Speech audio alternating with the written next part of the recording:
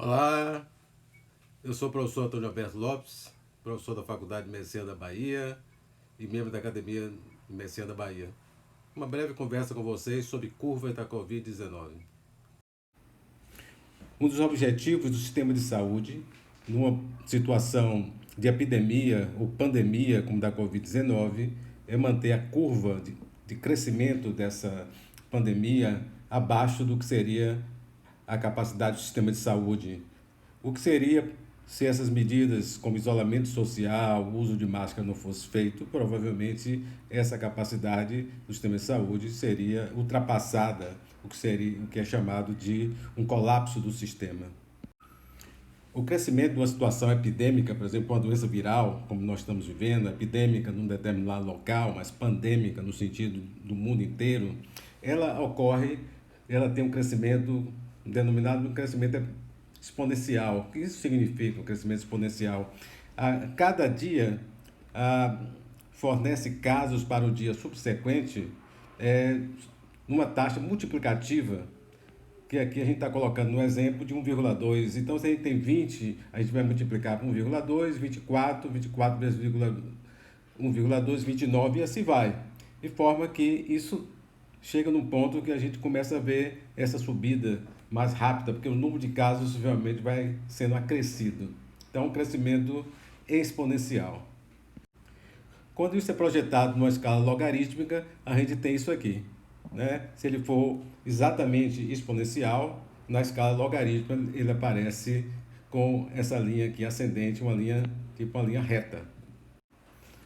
Quando comparar locais quanto à situação atual, por exemplo, de uma epidemia ou dessa pandemia, observe quando esses casos entraram naquele local. Vamos imaginar aqui duas situações. Então a gente está vendo aqui que o local A tem 400 casos naquele determinado momento, enquanto que o B tem 40. Mas quando foi que começou no A e no B essa pandemia, ou essa epidemia em cada local?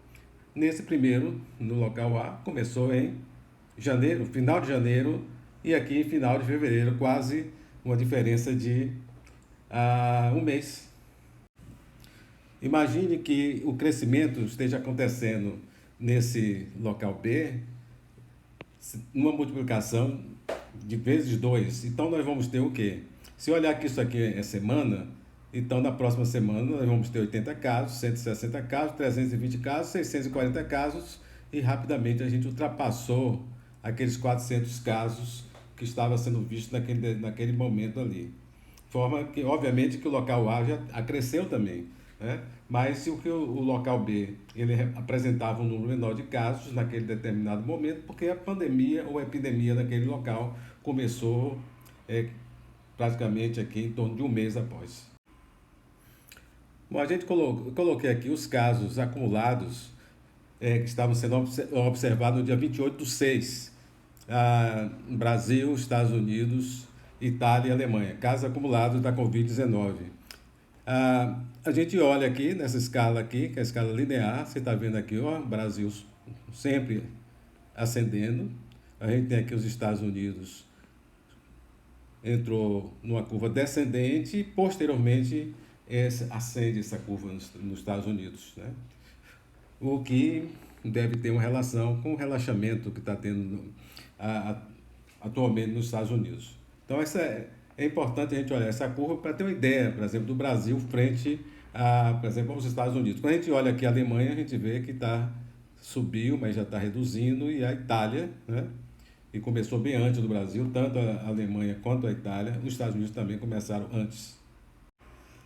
Essa é a projeção logarítmica, a gente vê que os Estados Unidos tendeu realmente a ter um platô, agora subindo, e o Brasil, que começou posteriormente, está em ascensão desses casos novos diários que aparecem da Covid-19. Vamos agora referir a mortes por Covid-19.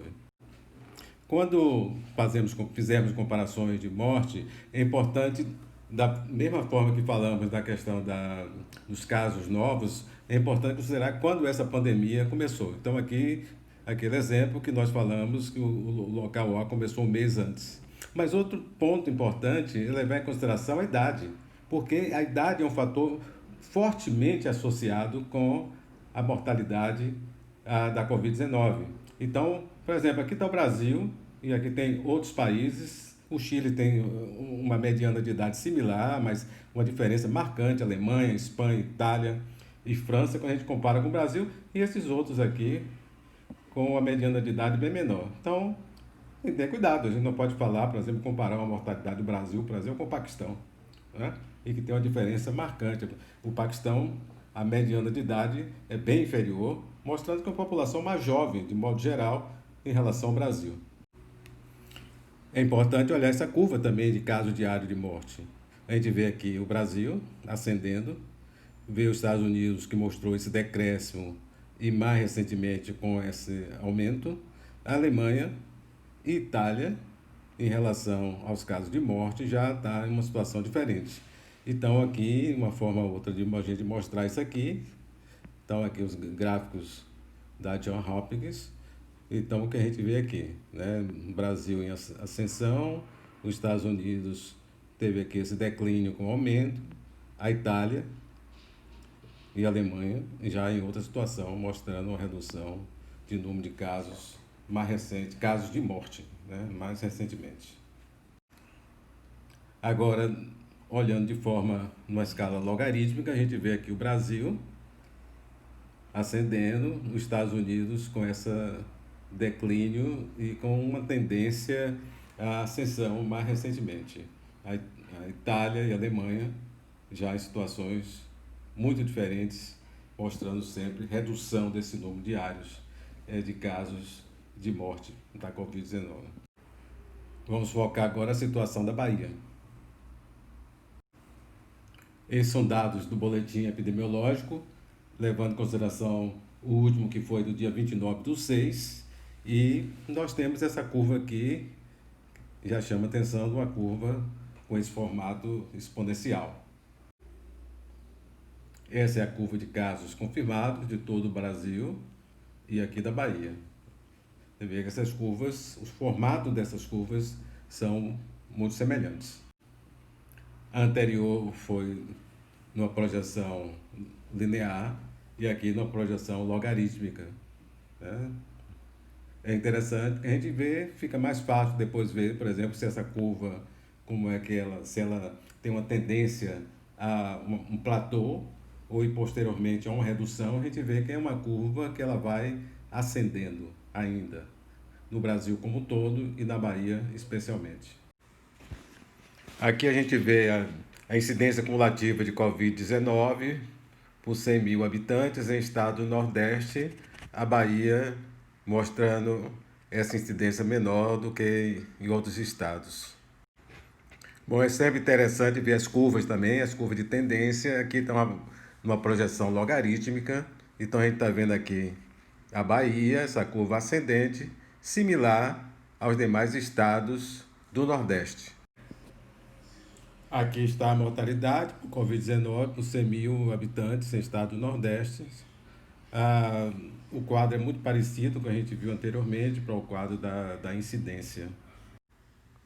Mas é bom também a gente olhar as curvas, a tendência. A Bahia está mostrando aqui, a gente vê que a Bahia tem uma curva ascendente também de óbitos, da mesma forma que aconteceu com a questão da incidência de casos novos.